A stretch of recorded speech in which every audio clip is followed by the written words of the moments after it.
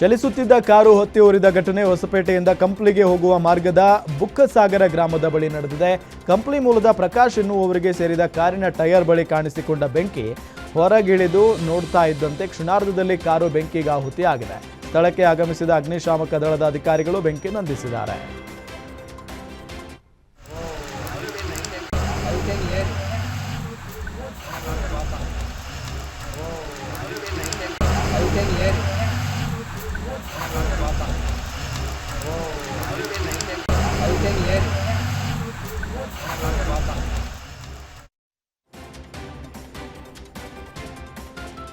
ಸತತವಾಗಿ ಸುರಿದ ಮಳೆಗೆ ಮನೆಯೊಂದು ಧರೆಗುರುಳಿರುವ ಘಟನೆ ದಾವಣಗೆರೆ ಜಿಲ್ಲೆಯ ಜೋಳದಾಳು ಗ್ರಾಮದಲ್ಲಿ ನಡೆದಿದೆ. ಕೃಷ್ಣಪ್ಪ ಎಂಬುವರಿಗೆ ಸೇರಿದ್ದ ಮನೆ ನಿನ್ನೆ ಸುರಿದ ಸತತ ಮಳೆಯಿಂದ ಕುಸಿದು ಬಿದ್ದಿದೆ.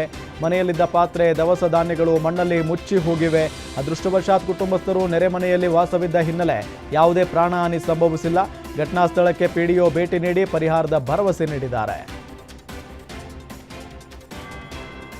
ಗಂಡ ಖರೀದಿಸಿದ ಜಮೀನಿನಲ್ಲಿ ಉಳುಮೆ ಮಾಡಲು ಅಡ್ಡಿಪಡಿಸ್ತಾ ಇರುವ ಹಿನ್ನೆಲೆ ದಲಿತರಿಗೆ ನ್ಯಾಯ ಇಲ್ವಾ ಅಂತ ಹೆಂಡತಿ ಮಕ್ಕಳು ಕಣ್ಣೀರು ಹಾಕ್ತಾ ಇರುವ ದೃಶ್ಯ ಕಂಡು ಬಂದಿದ್ದು ಬೆಳಗಾವಿ ಜಿಲ್ಲೆಯ ರಾಯಬಾಗ ತಾಲೂಕಿನ ಕುಡಚಿ ಪಟ್ಟಣದಲ್ಲಿ. ಹೌದು, ಹಲವು ವರ್ಷಗಳ ಹಿಂದೆ ಕುಡಚಿ ಪಟ್ಟಣದಲ್ಲಿ ಸರ್ವೆ ನಂಬರ್ 352, 353ಕ್ಕೆ ಸಂಬಂಧಿಸಿದ 10 ಎಕರೆ ಜಮೀನು ಖರೀದಿಸಿದ್ದಾರೆ. ಆದರೆ ತಮ್ಮ ಪತಿ ನಿಧನದ ಬಳಿಕ ಜಮೀನಿಗೆ ಉಳುಮೆ ಮಾಡಲು ಹೋದ್ರೆ ಕೆಲವರು ಅಡ್ಡಿಪಡಿಸಿ ದಬ್ಬಾಳಿಕೆ ಮಾಡ್ತಾ ಇದ್ದಾರೆ ಅಂತ ದಲಿತ ಮಹಿಳೆ ಕಣ್ಣೀರು ಹಾಕ್ತಿದ್ದಾರೆ. ಮಧು ದೊಂಡಿಬಾ ಬಾಬರ್ ದಲಿತ ಕುಟುಂಬ 10 ಎಕರೆ ಜಮೀನು ಖರೀದಿಸಿದ್ದು, ಆದರೆ ಕೆಲವು ವರ್ಷಗಳ ಬಳಿಕ ಉಳುಮೆ ಮಾಡಲು ಹೋದರೆ ಕೆಲವರು ಅಡ್ಡಿಪಡಿಸಿ ದಬ್ಬಾಳಿಕೆ ಮಾಡಿ ನಮ್ಮ ವಿರುದ್ಧ ಅಪಪ್ರಚಾರ ಮಾಡ್ತಾ ಇದ್ದಾರೆ ಅಂತ ಸರಸ್ವತಿ ಬಾಬರ್ ಅಳಲು ತೋಡಿಕೊಂಡಿದ್ದಾರೆ.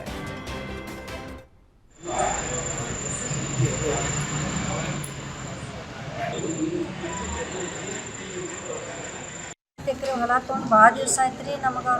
ನಮ್ಮ ಹೊಲ ನಾವು ರಿಪೇರಿ ಮಾಡೋಕ್ಕೆ ಹೋಗಿದ್ದೀವಿ ರೀ.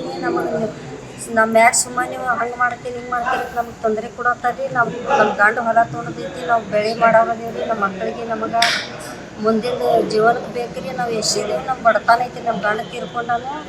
ಅದಕ್ಕೆ ನಮಗೆ ಇವ್ರ ಮುಂದೆ ಭಾಳ ತೊಂದರೆ ಕೊಡತ್ತೀರಿ. ಇದಕ್ಕೆ ಮುಂದೆ ನೀವು ಗೌರ್ಮೆಂಟ್.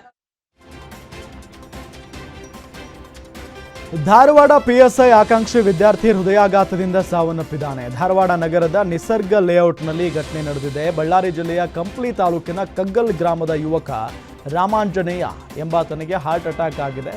ವಿದ್ಯಾರ್ಥಿ ರಾಮಾಂಜನೇಯ ಕಳೆದ 5 ವರ್ಷಗಳಿಂದ ಧಾರವಾಡದಲ್ಲಿ ವಿದ್ಯಾಭ್ಯಾಸ ಮಾಡ್ತಾ ಇದ್ರು. ನಿನ್ನೆ ಏಕಾಏಕಿ ಎದೆನೋವು ಕಾಣಿಸಿಕೊಂಡಿದೆ. ಈ ಹಿನ್ನೆಲೆ ಸ್ನೇಹಿತರು ಆಸ್ಪತ್ರೆಗೆ ದಾಖಲು ಮಾಡಿದ್ರು. ದುರಾದೃಷ್ಟವಶಾತ್ ಮಾರ್ಗ ಮಧ್ಯೆ ರಾಮಾಂಜನೇಯ ದಾರುಣವಾಗಿ ಸಾವನ್ನಪ್ಪಿದ್ದಾರೆ. ರಾಮನಗರದಲ್ಲಿ ಕಾಡು ಹಂದಿ ಹಾವಳಿ ತಪ್ಪಿಸಲು ಹಾಕಿದ್ದ ವಿದ್ಯುತ್ ತಂತಿ ತಗುಲಿ ವ್ಯಕ್ತಿಯೋರ್ವ ದಾರುಣವಾಗಿ ಸಾವನ್ನಪ್ಪಿದ್ದಾನೆ. ಚನ್ನಪಟ್ಟಣ ತಾಲೂಕಿನ ಶಾನುಬೋಗನಹಳ್ಳಿಯಲ್ಲಿ ತಡರಾತ್ರಿ ಈ ಘಟನೆ ಸಂಭವಿಸಿದೆ.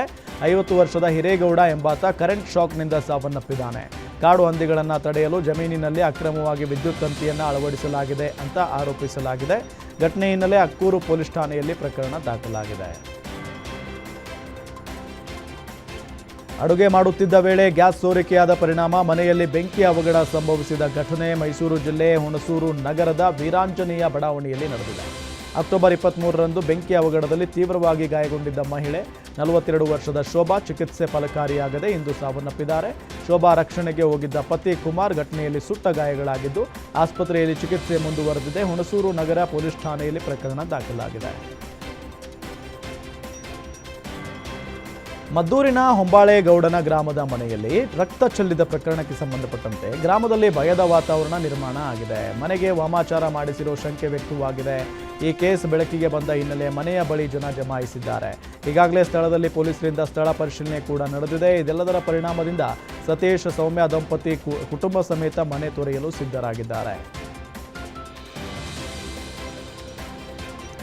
ಕಾಫಿನಾಡು ಚಿಕ್ಕಮಗಳೂರಲ್ಲಿ ಅನಧಿಕೃತ ದರ್ಗಾ ನಿರ್ಮಾಣ ಮಾಡ್ತಿದ್ದಾರೆ ಅಂತ ವಿಶ್ವ ಹಿಂದೂ ಪರಿಷತ್ ಕಾರ್ಯಕರ್ತರು ಸಿಡಿದೆದ್ದಿದ್ದಾರೆ.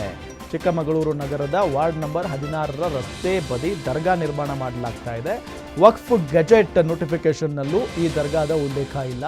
ದರ್ಗಾ ನಿರ್ಮಾಣಕ್ಕೆ ಪರವಾನಗಿ ಇದೆಯಾ, ನೀಡಿದ್ದು ಯಾರು, ಹೇಗೆ ಎಂಬುದರ ತನಿಖೆಗೆ ಆಗ್ರಹಿಸಿ ಪ್ರೊಟೆಸ್ಟ್ ಮಾಡಿದ್ದಾರೆ.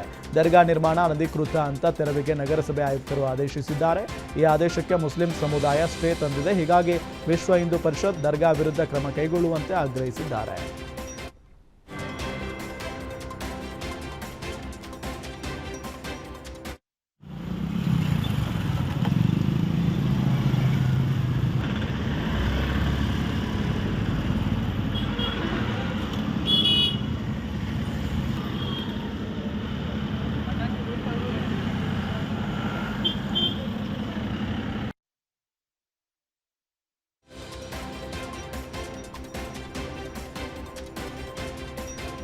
ಸಿಲಿಕಾನ್ ಸಿಟಿಯಲ್ಲಿ ಬೆಸ್ಕಾಂ ನಿರ್ಲಕ್ಷ್ಯಕ್ಕೆ ಮೂಕ ಪ್ರಾಣಿ ಬಲಿಯಾಗಿದೆ. ಬ್ಯಾಟರಾಯನಪುರದ ಕೋಗಿಲು ಬಳಿ ಈ ದುರ್ಘಟನೆ ನಡೆದಿದೆ. ಟ್ರಾನ್ಸ್ಫಾರ್ಮರ್ ಬಳಿ ಸಂಚರಿಸ್ತಾ ಇದ್ದ ಮೂಕ ಪ್ರಾಣಿ ಹಸುಗೆ ವಿದ್ಯುತ್ ಶಾಕ್ ತಗುಲಿದೆ. ಕರೆಂಟ್ ಶಾಕ್ನಿಂದ ಮೂಕ ಜೀವಿ ಸ್ಥಳದಲ್ಲೇ ನೆರಳಿ ಸಾವನ್ನಪ್ಪಿದೆ.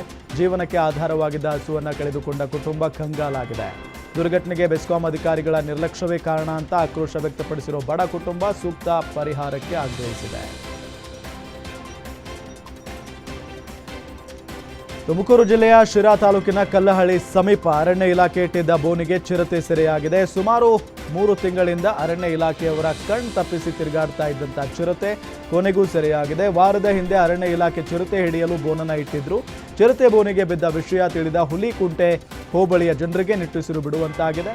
ಚಿರತೆ ಹಿಡಿಯುವ ಕಾರ್ಯಾಚರಣೆಯಲ್ಲಿ ಪಟ್ಟನಾಯಕನಹಳ್ಳಿ PSI ಭವಿತಾ ಮತ್ತು ಸಿಬ್ಬಂದಿ ಹಾಗೂ ಅರಣ್ಯ ಅಧಿಕಾರಿ RFO ನವನೀತ್ ಮತ್ತು ಸಿಬ್ಬಂದಿ ಜಂಟಿ ಕಾರ್ಯಾಚರಣೆ ನಡೆಸಿದರು.